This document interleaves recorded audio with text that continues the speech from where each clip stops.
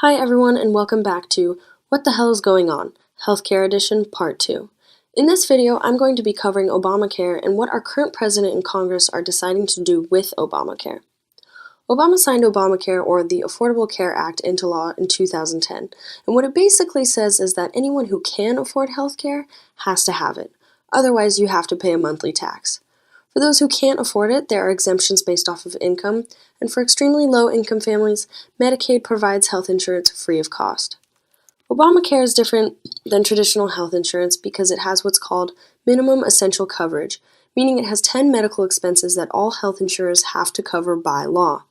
This is different than having certain coverage criteria where individual insurance companies can decide what medical expenses they will and will not cover. These 10 essential coverages are emergency services, hospitalization, maternity and newborn care, mental health and substance abuse treatment, prescription drugs, rehabilitation services, laboratory services, preventative services, and pediatric services. If you want to know more about Obamacare, or specifically the 10 essential coverages, download the document at the bottom of this page. A little side note here, Obamacare also covers many women's resources such as contraceptive methods, mammograms, colonoscopies, well woman visits, HIV screenings, domestic violence aid, and breastfeeding support and supplies. Now that we've talked about Obamacare, let's talk about what our current government is doing. I didn't cover it too much in the earlier part of this video, but a substantial amount of funding for Obamacare comes from taxing insurance companies, taxing drug production, and an increased tax on the upper class. These high tax rates were Obama's way of being able to expand the Medicaid allowance so that more lower-income families could be covered.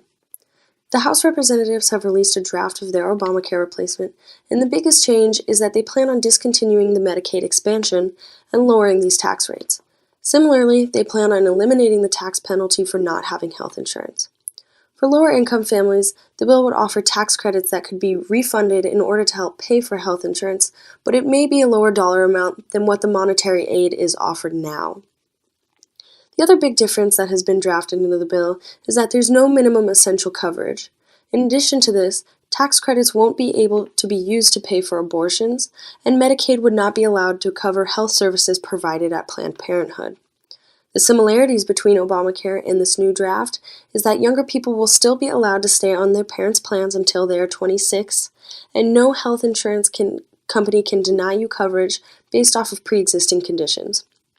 This means that a health insurance company cannot deny you coverage on, for example, heart medicine because you have had a heart attack before in your life.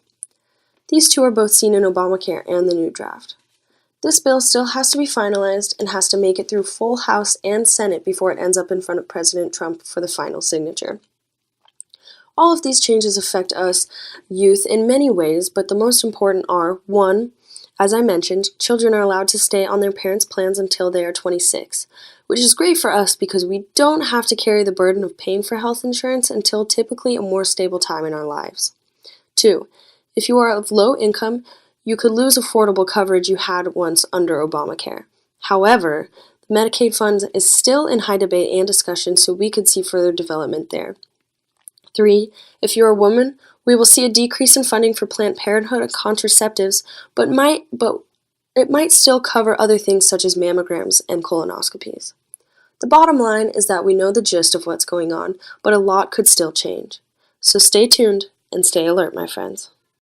So that's all for this video. If you guys could go like and share our Facebook page, as well as sign up for email reminders for when our videos are released on our website.